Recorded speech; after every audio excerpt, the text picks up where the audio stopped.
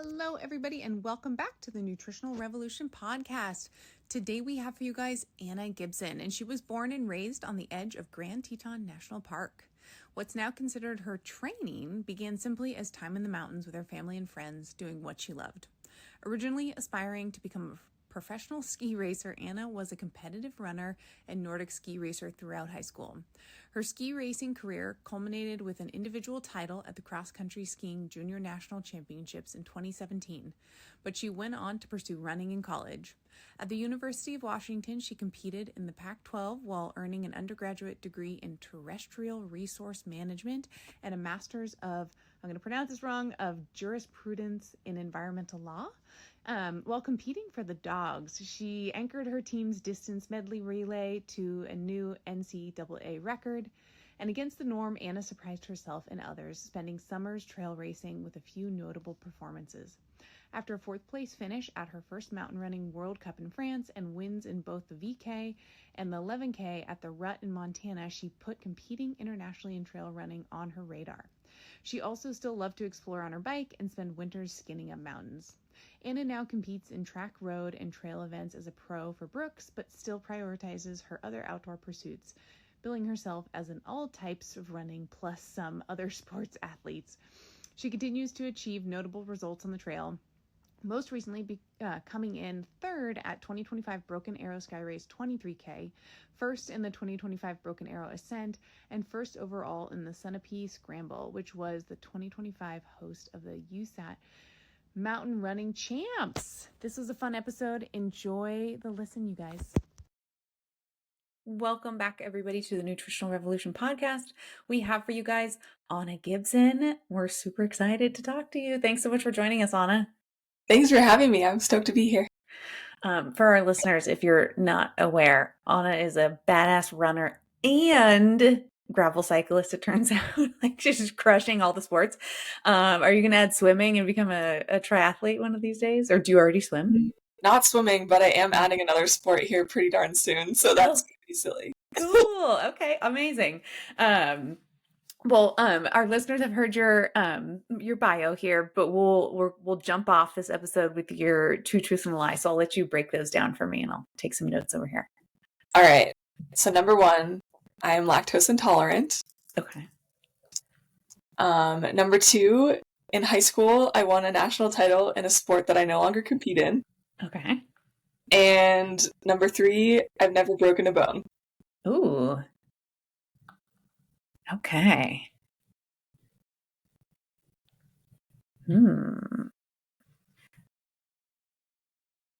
It's always good when the guest gives truths and lies that are hard things to research about the guest. So I've never broken a bone would be pretty impressive as an endurance athlete. If that's the case, that would be pretty rad. I'm going to go with the high school national title sport situation, but don't tell me the answer. We'll wait and reveal the answer at the end of the episode. So a couple things, I mean, we should share with the listeners, and we're recording this in, August 1st, 2025 for our listeners, but you have a lot of recent feats under your belt. Do you want to list them off, or do you want me to list some of the ones off? You list them. Okay. Well, I mean, some of the ones that we're certainly aware of.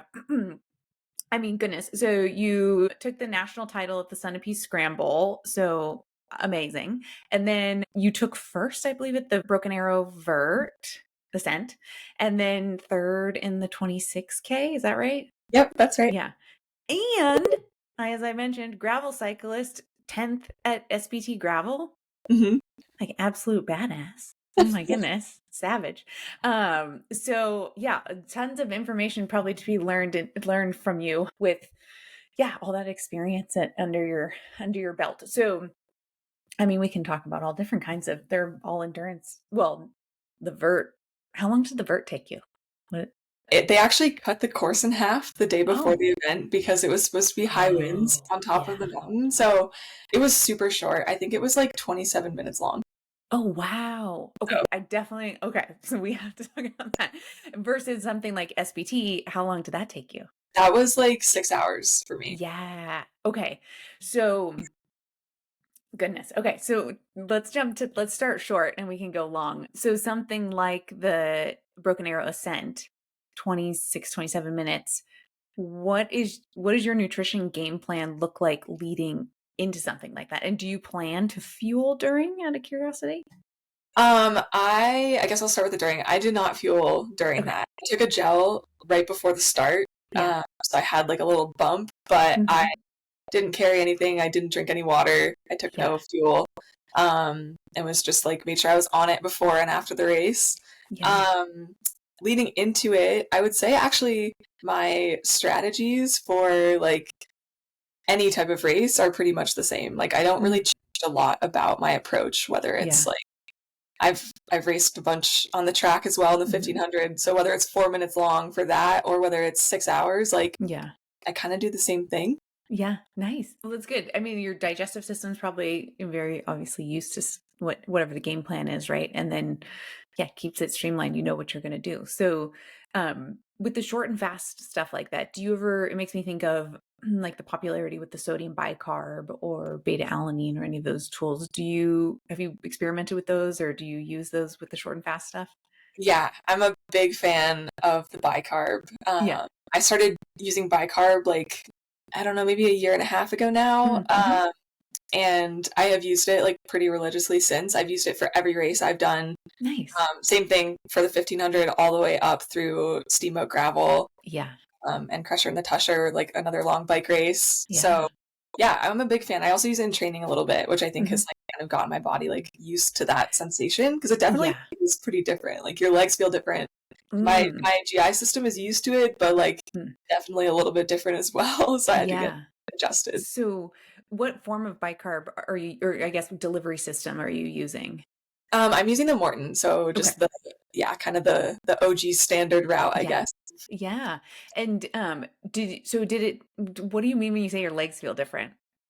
But, I mean, the way that I always describe it to people who have never taken bicarb is just that like that feeling when you sprint and it burns, like Mm. instead of burning, I just feel kind of like a little bit jelly leg, like a little bit Oh, wobbly. interesting. And not to the Yeah. point where it affects my coordination at all. Hmm. Like being wobbly on a trail doesn't make you think of good things. Like it doesn't Yeah. affect my coordination, but it like definitely just that feeling when you're like pushing to the lactic Yeah. point Yeah. doesn't burn.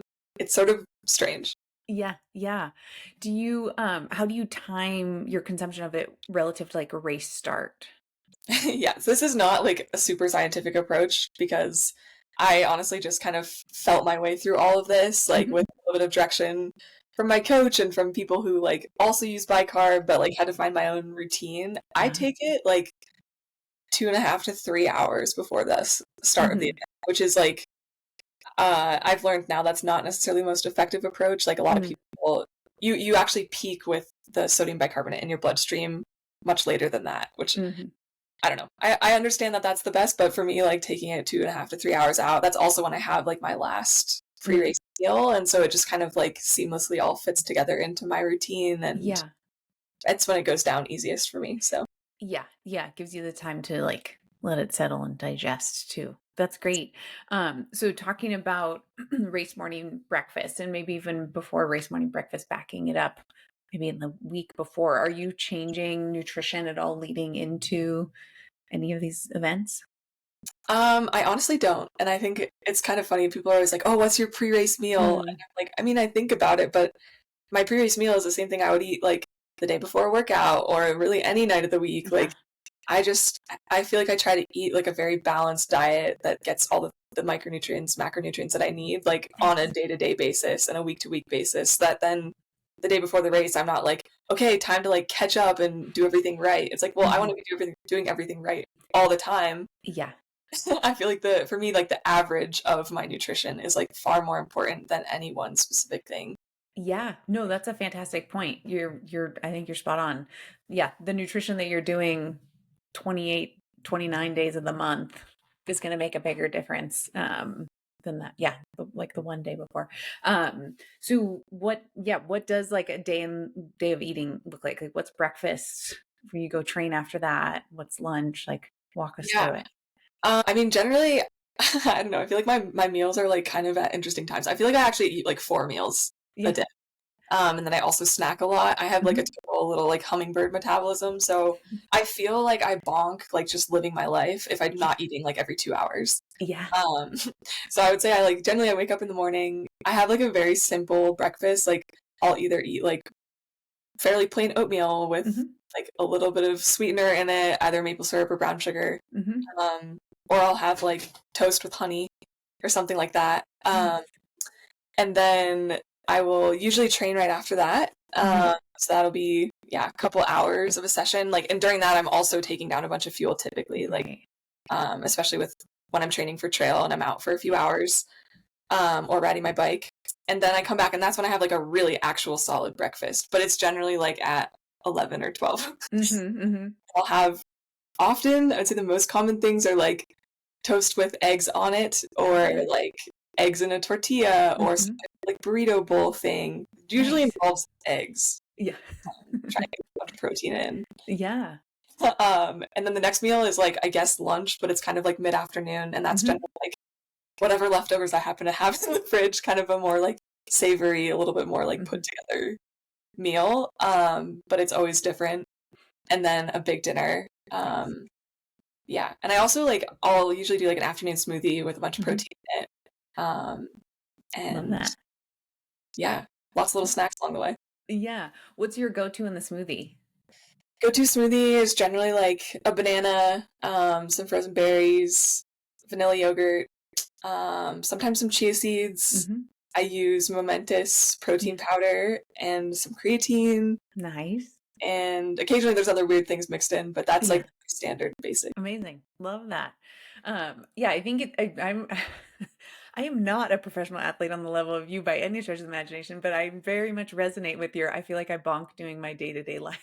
So like lots of small or not well, not small necessarily, but lots of like regular meals and snacks throughout the course of the day is yeah, keeps my brain turned on.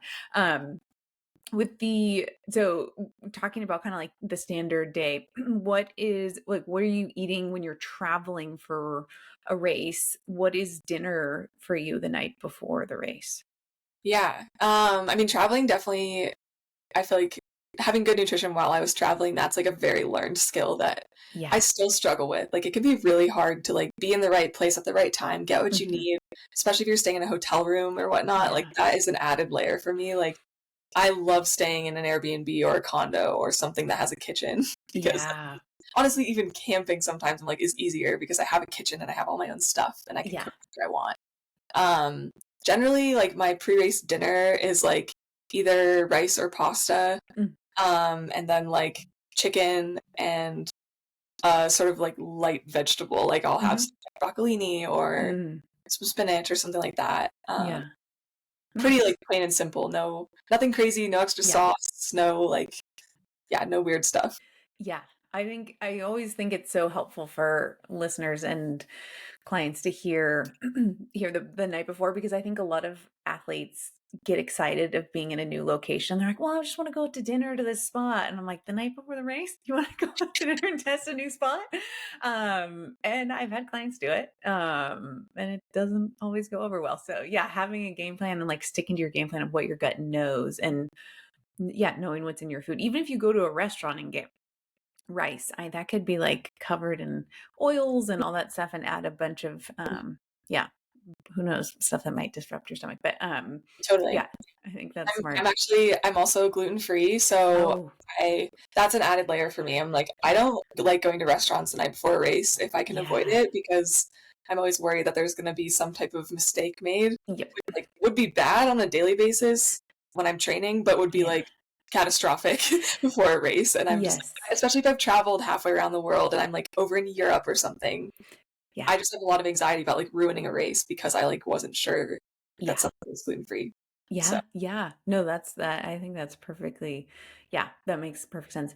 Are you counting, like, are you trying, obviously the concept of carb loading or glycogen supercompensation has been around for a while. Is that something you try and target in those days with the normal carb sources you eat, or are you just like same old as you would training normally? I mean, I generally have a concept of like Mm. what I need, I guess, Yeah. like just from like working with nutritionists Hmm. or reading science articles or my coach, David Yeah. Roche, like he and his wife Megan, like they've Yeah. given me a lot of direction with like what I need as like a general basis. Hmm. And I wouldn't say I count at all, but like I've gone through phases of counting and like have kind of gotten a handle on like, Yeah. okay, if I work all of these things into my day, it will be enough. And so I don't Hmm. need to count every single day and to make sure I'm getting there. Yeah. Um, but I generally like I know that carbs and protein are two things that are really actually hard for me to have too much of, especially when I'm training hard. And Yeah. so I'm always like any opportunity to like sneak in extra carbs or sneak in extra protein. Like those are things I have to be like really conscious about. And I do Yeah. think about that on a daily basis. Yeah. Yeah. That's great. Yeah. As an endurance athlete, it is like eating is like another job on top of the training and the mobility. And this, yeah, it's, you got to stay on top of it. Okay. So kind of fast forwarding then to the morning, what time are you having your breakfast and relative to race start, and what is race breakfast?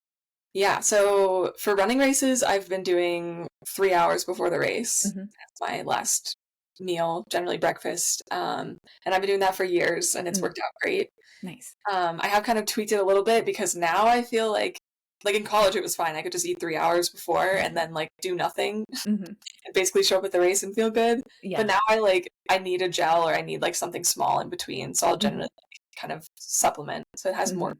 to it. But yeah, breakfast is generally like the same thing I would have for breakfast any other day. Like I'll either have oats or I'll have toast Yeah. with like honey on it, or I'll have toast with eggs is my Nice. ideal. The bike races, I actually was taking fuel in a little bit later, like closer towards the race start, like 2 hours before, Mm-hmm. just because they started early in the morning, and so I was Mm. gonna have to wake up at like 3:30 to Oh eat, gosh. and Yeah. I'm like, okay, the sleep is a little bit more important than this, like, and also the bike doesn't upset my stomach as bad, like Mhm. I can be a little bit more full and a little bit less digested when I start, especially with, like a Yeah. effort like that. So Yeah, that's great.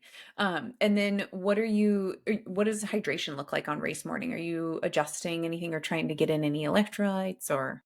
I do generally do some electrolytes. Like I try to be really hydrated by the time I go to bed because Mhm. Mhm. I honestly have such a hard time drinking water or anything in the Yeah. morning other than coffee. Like I Oh, just yeah. struggle. It's like not a good time. Like I don't want to wake up and be dehydrated already and have to Yeah. catch up by the race start. So I try to be really hydrated by the time I go to bed. Like drink water, drink electrolytes, drink Yeah. tea, sleep, wake up, and then I'll generally do like some electrolytes kind of as the first thing. Like when I'm doing my breakfast and my Nice. bicarb, I'll do Yeah. electrolytes. And then just drink water in like the hour to an hour and a half leading up before the start. Nice. Do you have a electrolyte like dose that you're targeting or in a brand you like? I I like the taste of the goo Mm. tablets. Mhm. Like I like just the variety of flavors I think really work for me, and they're not super salty. Like Yeah. it's not the same as taking like an element or something like that. So it was kind of like a low dose. But Yeah. to be honest, like the hydration is such a weird thing for me. Like I have never dialed it in. I have Oh, plans to here soon. I'm gonna do some sweat nice. testing and like get a little bit more information, scientific Awesome. stuff. But Yeah. I've never dialed it in.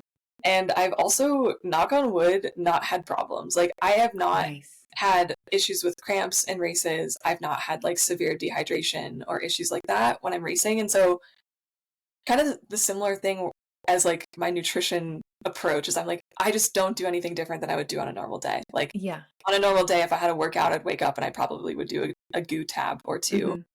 and then just carry about my day. And I just really Nice. different for a race. Yeah, that's great. I think there's a lot to be said for that too. We have had handfuls of athletes on here where they haven't done any sweat testing and they don't have any issues. And I think a big part of that is really knowing your body and having like worked out a lot of stuff maybe on the way or whatever you're using, it just happens to work really well and you know what you're consistent with your fluid and electrolyte ratios and all that stuff. So, but yeah, curious, the sweat testing stuff. How are you going to do your sweat testing? I honestly I don't know too much about the details behind it, but it's Okay. I actually just got this email from Brooks a couple days ago, and they're Oh, they're offering it to all of the athletes who made the world champs. So nice.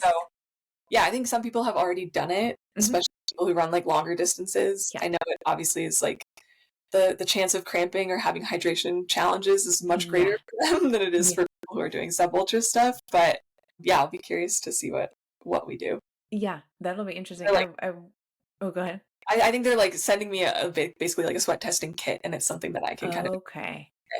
Yeah. Okay, cool. Yeah, there's so many different options now for getting sweat tests and sweat sodium information, which is really cool. And it is like an ever evolving place as endurance athletes and endurance sports continue to grow. And yeah, everybody's so individualized. I feel like with the fluid loss and temperature dependent and humidity, it's really an interesting area to fine tune. Yeah, Okay, so you have your race morning breakfast of oatmeal or your toast with honey.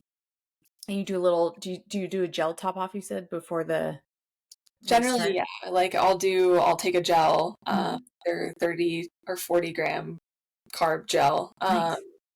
Yeah, maybe 10 to 15 minutes before the start. Yeah, nice. Do you do caffeine or no at that point?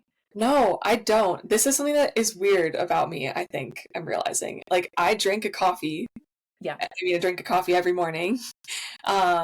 And I do that on race morning as well, and I don't use caffeine otherwise for. Wow. Not all during like any races either? No, I've literally taken Wow. a caffeine gel in a race one time. I have done it more in training, Mhm. but I don't know. I have this weird like I feel like I'm very caffeine sensitive in a Mm. bad way where it's like I can drink my one coffee with like I don't know 65 milligrams of caffeine. I just do like 2 shots of espresso. That's it. Yeah. If I do more than that, I feel so jittery. I'm shaky. I'm super anxious. Like Yeah. I'm already nervous enough, and I'm jumpy enough on Yeah. race morning that like if I also do caffeine, even in the race, I'm just like Yeah. tweaking, and it's not good. I don't feel Yeah. You probably are homozygous for the Adora 2 gene.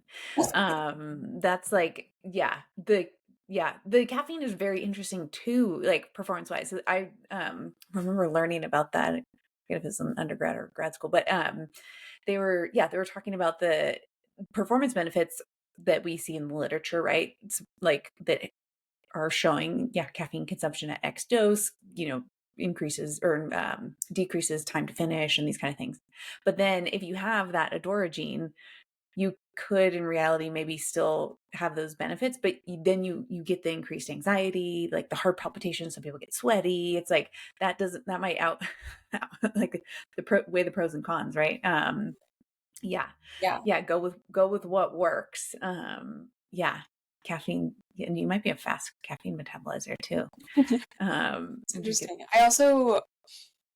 I think I've also noticed like I already have a really hard time sleeping after races as well, which like in the culmination of my season and like yeah. my life as an athlete, like recovery is like the number one most important thing. Like Hmm. I want to do stuff in the race to like make me feel good and make me feel better after the race so that like if I'm racing next weekend, Yeah. I can like turn it around or even if I just have an important training session a couple days later that I can turn it around for that. And the caffeine, like I know people take insane amounts of caffeine and then their Yeah. sleep schedule is like wrecked for a little while. And I just Yeah. if you have nothing else coming up, that's great. And if the one performance that you're caffeine loading for is really important, that works. But for me, Hmm. it's just like I don't Yeah. know. I just don't think it's worth it. It doesn't make me Yeah. feel good. Talking about the sleep, since you brought that up, is there anything you found that helps you sleep either the night before the race or the night following the race? I don't take any sleep supplements or anything like Hmm. that. But the biggest game changer for me, I will not stop telling people about this because it's like so ridiculous. I have started sleeping with an eye mask, and people Oh like yeah. I travel with it religiously. I Yeah. sleep with it even in a completely dark room where Yeah. there's nothing going on. I sleep with it at home, like in my room, which is downstairs, dark, pitch Yeah. black. Like it's not about the light for me. It's about now I've conditioned myself that like Mhm. when my mask is on, I am sleeping, and that is Yeah. what I'm doing.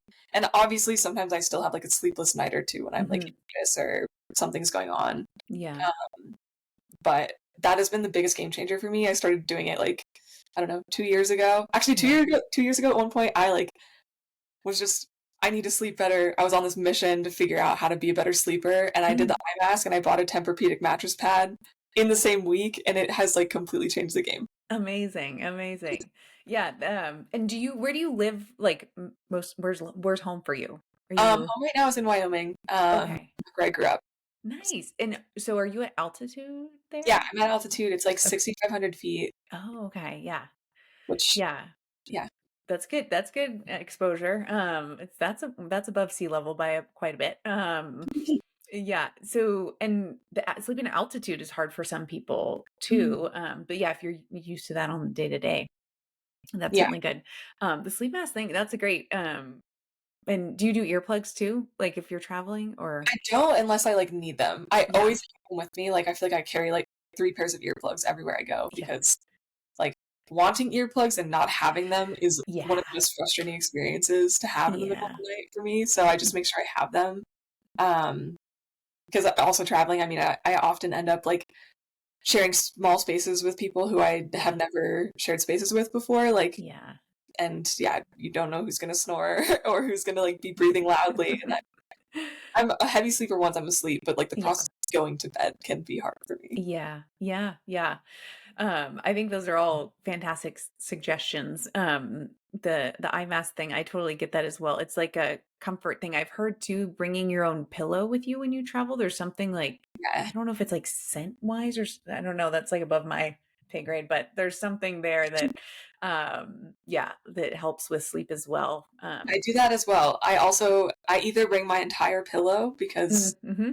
I find that very comforting and Yeah. easy to go to sleep, or I at least bring like my pillow case. Oh, that's smart. It's texture and like scent as I'm used to. Yes. Yeah, that's really smart. Yeah, because some of those hotel pillows can be, yeah.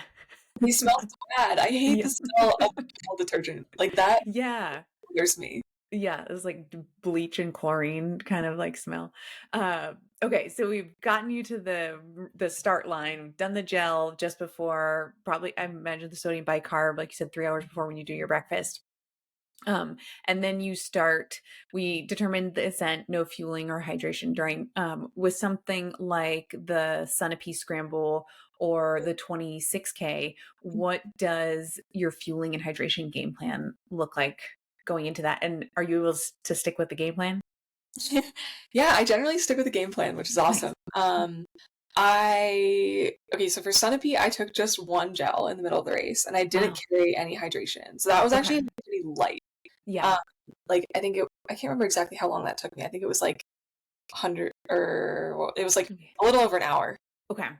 Um, and I was sort of on the fence. I was like, I don't know, maybe I should like wear my belt and bring Yeah. a bottle with liquid carbs in it. Maybe I shouldn't. I Yeah. ended up deciding not to, Hmm. which I actually was happy with. I think it was good for that day. Yeah. I Did generally, you, oh, go ahead. was there anything that you pulled from like aid at all along? Was there aid?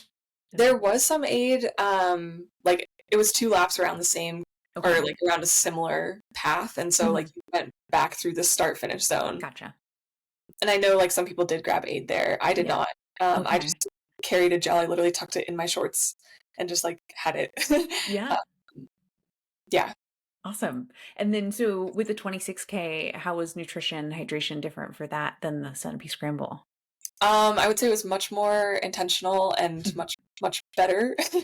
I try to shoot for like fairly high carbs, so Mhm. at least 80 grams of carbs an hour. I've been pretty much between 80 and 120 for every Mhm. race I've run in the last, I don't know, 6 or 8 months. That's awesome. Yeah. How how did your if we go way back to maybe just starting into training and longer distance stuff and starting fueling, did it take you a while to get your gut used to consuming 120 grams of carbs per hour? And if how did you kind of work towards that? Yeah, I mean, it's honestly been a huge transition for me. I felt like a lot of this in race fueling stuff was super not present at all when I was in college. So racing throughout the NCAA, I learned a lot about nutrition on a daily basis and yeah, how to eat a good diet and Mm. get enough fuel.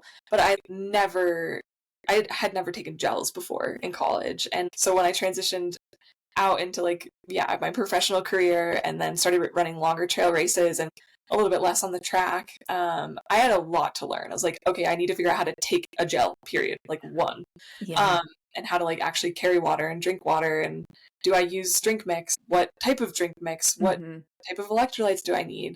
So I've gone through such a metamorphosis over the last 2 years of learning all of that. Literally 2 summers ago, I raced Pikes Peak Ascent, and I got third there, and I literally ate a packet of Justin's peanut butter Oh, and a protein bar. It was so, wow. I have no idea how I pulled this off. Now I look back and I'm like, what could I have done if I had known, if I had Yeah. been eating gels or Oh had been my goodness. actually doing it right? So I guess I should say that, and then also say I am fortunate that I did not have issues. My GI system was dealing with that, so that Yeah. then when I started taking gels and started using drink mix and like actually fueling properly, it Yeah. was pretty easy. It was okay, taking gels actually is way easier on my system. These are things you actually can digest. Oh, I Yeah. don't need protein when I'm racing. Okay, take that out. Yeah. Um, so yeah, I definitely had to build up to the amounts that I'm taking now, like more routine than anything, just learning Yeah.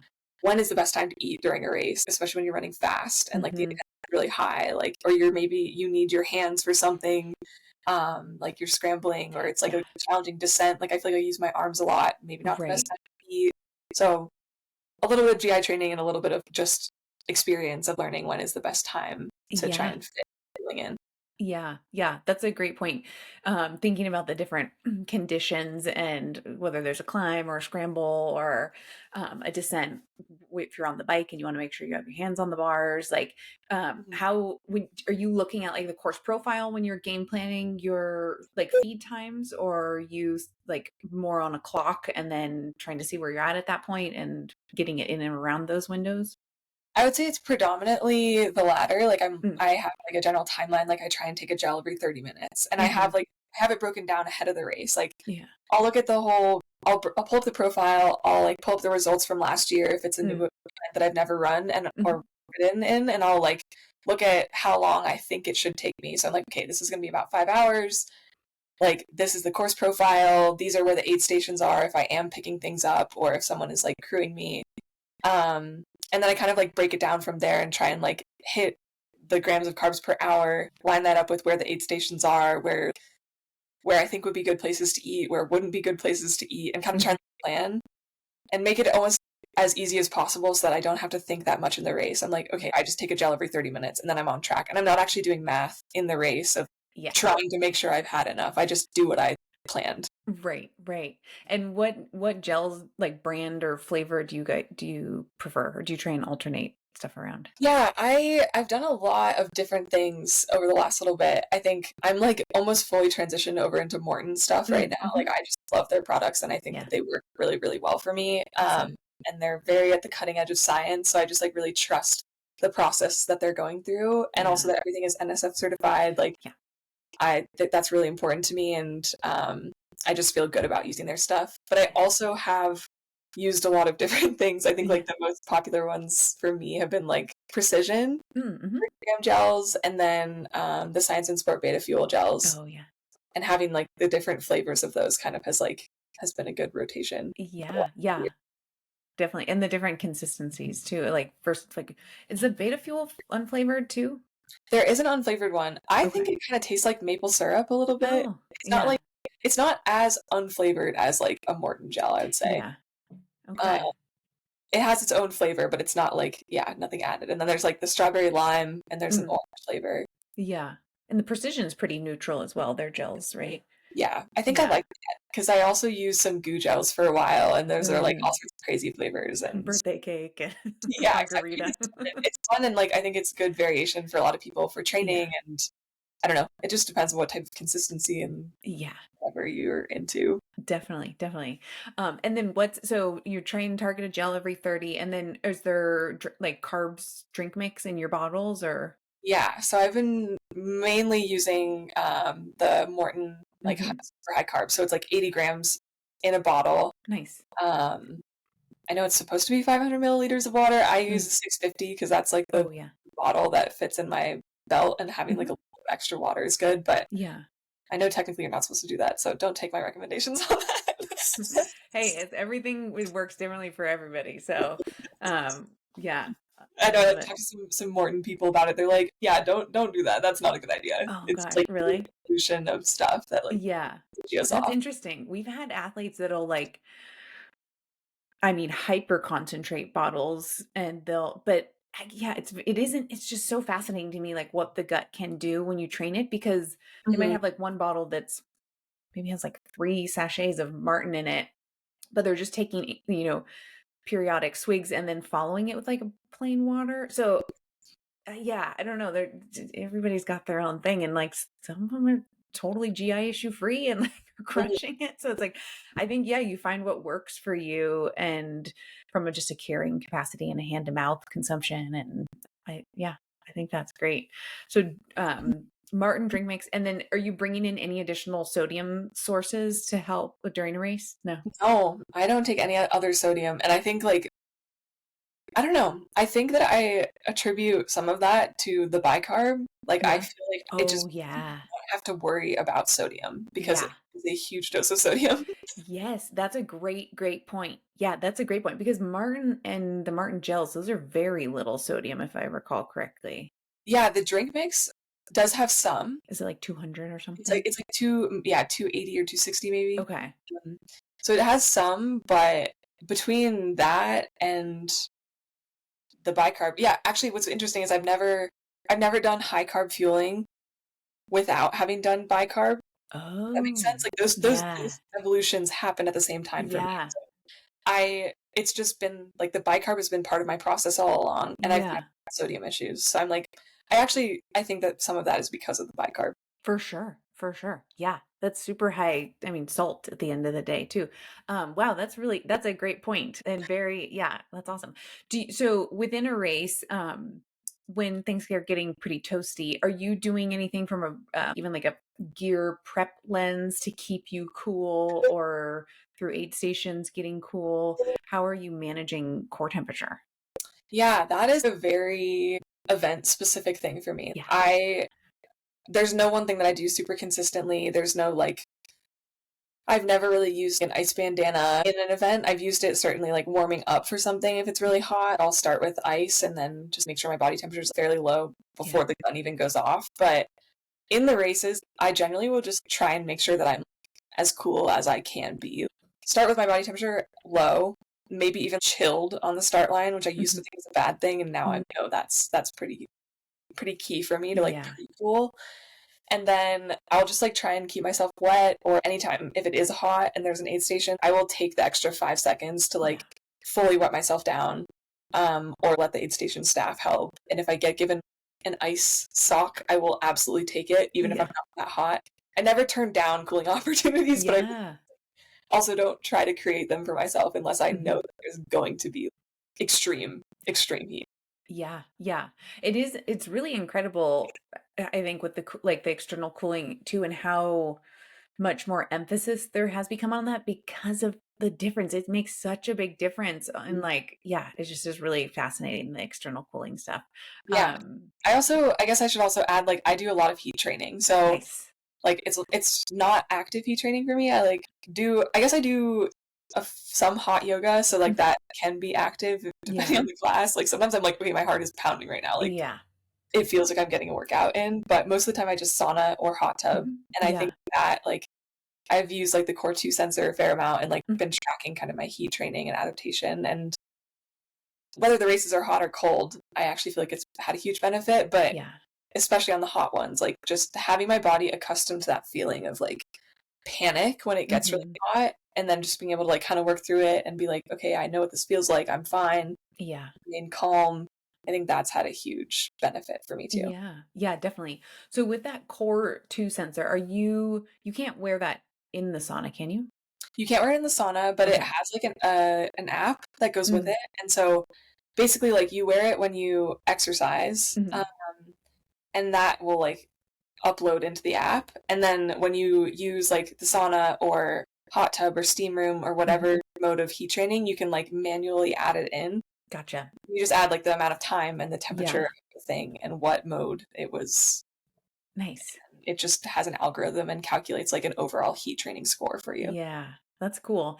Are you following like a program by the core 2 of your heat like protocol in preparation for an event? Um, Not strictly. Okay. I like did learn a bunch about it. Like I Yeah. kind of did like a deep dive, and they have a ton of information. If you like go on Yeah. their website, it's super helpful. They've got like links to all sorts of stuff, and Yep. I definitely use their library of resources a bunch. And I like chatted with like the sports scientist at Yeah. Core and like learned a bunch from them. So that was pretty cool. Nice. And then also just like my coach David, like he's been a huge proponent for heat training. Yeah. And like honestly, I like think he is one of the biggest reasons why people are like totally buying into it in the endurance world. Yeah. Like I know pro cyclists are doing it, but I think Yeah. David has like really brought it into the ultra The world. runners. Yeah. The most important thing you could possibly do. So yeah, I think I learned a lot from him as well, just like following protocols and understanding what he's doing. Yeah, that and his gut training techniques. And his gut So with the heat training exposure, the sauna or the hot tub, how do you structure that? Are you like getting warm, doing a training session first, and then hopping in there after? Generally, yeah, like I do it after I train. Mhm. It's not always immediately after. Like Yeah. sometimes I'll train and then it will be 2 hours before I sauna or something. But I do Mhm. like to have my session done because Yeah. the sauna makes me like a bit lethargic Yeah. afterward.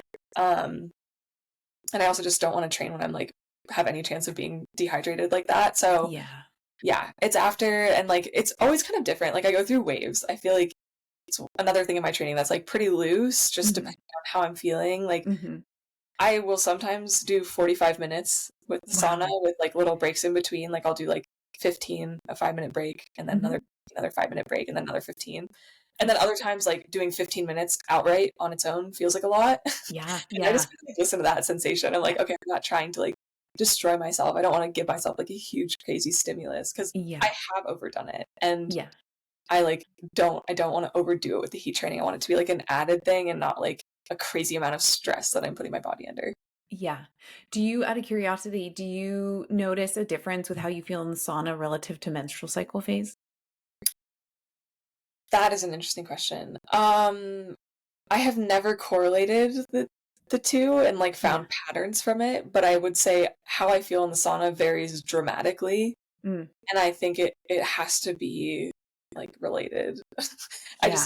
I don't know what the pattern is, I guess. Yeah. Yeah. It is. Yeah. I think it's a fascinating, you should like, I should yeah, start paying plot attention. that in the core or something and see. Yeah. Um, because we've had, yeah, athletes have different experiences. It seems like with the water retention that can occur in the luteal phase, so like when the estrogen and progesterone is higher, that we may, yeah, I forget if we sweat sooner or not, but we're holding on to more water. So I've heard athletes say they feel like they can sit in the sauna longer. And maybe that's because they're holding more water and they can delay dehydration. But I'd be curious. Is this like an anecdotal thing that you've heard, or is there like science backing this? Anecdotal. Well, we know there is water retention during the luteal phase. And so Yeah. that's my theory. That's my theory. I forget, but there, and I do believe there is literature out there on sweat rate in different phases of the menstrual cycle or onset of sweating and cooling. I'm almost certain there is. But I'm mixing up which phases which. I have a feeling we are better at cooling ourselves in the follicular. Dr. Stacy Sims would be able to answer that question. Okay, pay attention to this, and I will have to report back because this Yeah. is a really interesting topic that I've actually never Yeah. like really thought about. Yeah, it is. And yeah, I'd be curious. I've heard this from clients, but I've also personally experienced this as well. So yeah, play with it. And then there's also like the RPE effect, right? With the luteal phase, right? Where things feel a little bit harder, but are they really harder or is it just like hormones? So there's that added layer where your brain's like, oh, I'm not as motivated to stay in here as long, you know? Um, yeah, totally. Yeah, we'll have to ping Stacy about that one. I forget. But yeah, that would be to try and coordinate that. Okay, so I know we're getting close on time here. So let's jump to post race. So after the race, you cross that finish line, whether this is in a more endurance based situation, whether bike or run, but are you craving any food at that time? Are you like, oh, I could not put anything down? Do you like stick to like trying to get in some recovery? What does that look like for you? Yeah, I don't really crave food. I Yeah. feel like that's actually something I've noticed, like, as I've gotten better at fueling in the events, like, Hmm. I don't finish the race and think I'm hungry. Like, I'm Yeah. never hungry because I also actually don't even have a calorie deficit. Yeah. Yeah. I'm not in a hole. I don't have like catching up to do. Like obviously I Yeah. have fuel afterwards, but it's like less of a like rush to like get Yeah. a meal in. And I think that's been like really helpful for me. Like it just Hmm. immediately already feeling like I'm not too far behind where I should be for the day. Yeah. Things I do afterwards, like they're not always the same, but I think like pretty frequently I'll use a cherry bundy Oh, yeah. Hmm. or cherry juice at the end. And then fairly recent, like I guess fairly soon after that, like I'll try and get some protein in. So I'll have Hmm. like momentous protein after the race as well. Yeah. Similar to I would have after a training session. Like Nice. most hard days I'll end with the smoothie that I was talking about earlier. So like Yeah. yeah, same dose of protein as I would have in a smoothie. Uh, Nice. just more on its own. And Yeah. then a meal will come, but that like generally I don't know, the way the events work, I just feel like it's also hard to like need a meal right Hmm. afterwards. And so if I can kind of do the things that I need like right immediately and then like the meal can happen maybe an hour Yeah. to an hour and a half after the race Mhm. and time for me to like do drug testing or like do interviews or whatever, Yeah. like socialize, see my friends, like whatever is going on. I think that's like kind of my Yeah. general routine. Nice. And then, okay, so one last like question. With the heat training and exposure, and then of course, like as just a female endurance athlete, do you do regular lab work to monitor like iron and ferritin or vitamin D or these kind of things? Um, not as recently or not as often as I probably should, Okay. to be honest. Like I did a blood test recently, Yeah. and that was pretty helpful. But I Nice. actually Yeah. hadn't done one like since I finished college, so it had Oh, been wow. 2 years. Yeah. When I was like racing NCAA stuff, I did do blood tests like way more Mhm. often than that. Like yeah, every Yeah. 6 weeks at least, if not more. Yeah, yeah. It is an interesting thing, like the iron levels, right, are typically tend to run low in endurance athletes. And then when we look at like the female athlete population where they're having a menstrual cycle, that's another place we're losing iron. And then we start like popularity of the heat training upregulates that hepcidin enzyme, right? That interferes with iron absorption. And then the more dehydrated we are, it's harder for our body to I believe uptake iron, or if it's increases hepcidin too from a dehydration lens. But that's an area that's I feel like becoming a little bit more looked at too, with athletes with the heat training, where we're seeing athletes go through like a heat training block and we'll test their iron and it's like dropping. Whoa, And so it's kind of trying to weigh that, like when do you do your heat training block and how are you affected from an iron lens or mitigating that? Because are we decreasing your ability to carry oxygen, but now we are heat tolerant? So like, totally. yeah. So I think that's an interesting area that research will continue to monitor and look into, as Yeah, well. So that is yeah. really interesting. Yeah, the iron is definitely something that like I do try to keep my eyes on. Like Yeah. I do supplement iron because I was very iron deficient at one point. Yeah. Actually back when I was in high school, Hmm. and that was when I started being gluten free Mm. because I realized that there was a relationship between me Yes. eating gluten and my iron absorption. Yeah. It was kind of a funny thing. Like I sat down with this doctor and he was like, "Okay, like here's a bunch of iron rich foods. Like how much of these are you eating, and like how can we up them more?" And it's Yeah. like I eat all those things. Like I eat Yeah. them a lot. That's pretty much the majority of my diet. Like how am I Yeah. iron deficient? And then I went gluten free for 3 months, and my iron just like went skyrocketing. I was like, Oh, oh. wow. And so I've been gluten free since then, and also Yeah. now I'm like I've realized I am very intolerant and like Yeah. allergic. I just can't eat it in general. Yeah. It messes me up in lots of ways. But I've not had iron issues since then, Yeah. and Wow. yeah, like I think that was a big thing for me. Like everyone has their Yeah.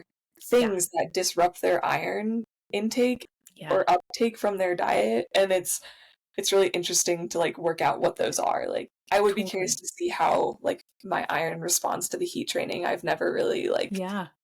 studied that, but it would Yeah. be and I should. Yeah, do before and after. The as a heads up too. So ferritin is a or stored form of iron, right? And so testing your labs shortly after like an event or a very stressful like heat training session or something like that, it does act as an inflammatory marker. So sometimes we'll see ferritin jump up. So give yourself enough of a spacer of days before you test. Like you wouldn't want to do it the day after a sauna session because you might have like a false kind of like air quotes false elevation. Your ferritin might look in range, but it's really a response to inflammation and stress. Okay. Interesting. We've had athletes that'll do like lab tests, like I don't want them to do it, but they do it like a day or two after a race, and their ferritin is like sky high. And I'm like, wow, this is great. And then we test again, like, 2 weeks later, 3 weeks later, 4 weeks later, and it's a completely different ferritin level. So yeah. Yeah, keep your eyes on that. Okay, we're totally on time here. So I'm going to jump back to your 2 truths and a lie. You said you're lactose intolerant, which now I'm thinking is true based off of the GI stuff we were talking about, the gluten. I feel like a lot of times, sometimes those go hand in hand, kick out the gluten in the dairy, but we'll see. You said in high school you won the national title in a sport you don't compete in anymore, and that you've never broken a bone. I think I said the lie was the high school one. Is that right? That was your prediction, yeah. Was I right? You were wrong. The lie is that I'm lactose intolerant. I'm totally fine with lactose. I just am allergic to gluten. Oh, okay. All right. But you've never broken a bone? I've never broken a bone. Wow. I've never even had a stress fracture somehow. Yeah. Oh my goodness. That's really good. That says a lot. Which is crazy because I'm also like a skier, and I do a lot of like outdoor kind of quote unquote risky activities. Somehow. Maybe that like impact of skiing down the, what do they call them, moguls, or is that what they call it? Jumps when I was a kid. Yeah, that's great. Density enough. Amazing. Okay, so what's coming down the pipeline for you? What's next? I actually have a race tomorrow, which is exciting. It's like the local hill climb here called the Rendezvous Hill Climb up Jackson Hole Mountain Resort. It's actually the first trail race I ever ran when I was young, like way back in middle school. So it's kind of where it all started for me. So more sentimental than anything. And then I go over to Sierre-Zinal, August 9th. Nice. And then after that, I'm just preparing for the World Championships, racing the classic and the vertical there. Amazing. And then the Golden Trail final. Yeah. Amazing. Wow. Well, it's so fun. You got a good year planned ahead. This has been so amazing. Oh, where can people find you and follow you? Yeah. Probably the best place is my Instagram, which is my name, but there's like an extra A on the end of Anna and an extra N on the end of Gibson. Like your fingers just like got stuck to the keyboard. Perfect. We will link that for the listeners in the show notes, so you guys can go follow Anna on Instagram and her races this season. And this has been so wonderful. Thank you so much for your time today, Anna. Yeah, thanks for having me. It was awesome chatting with you.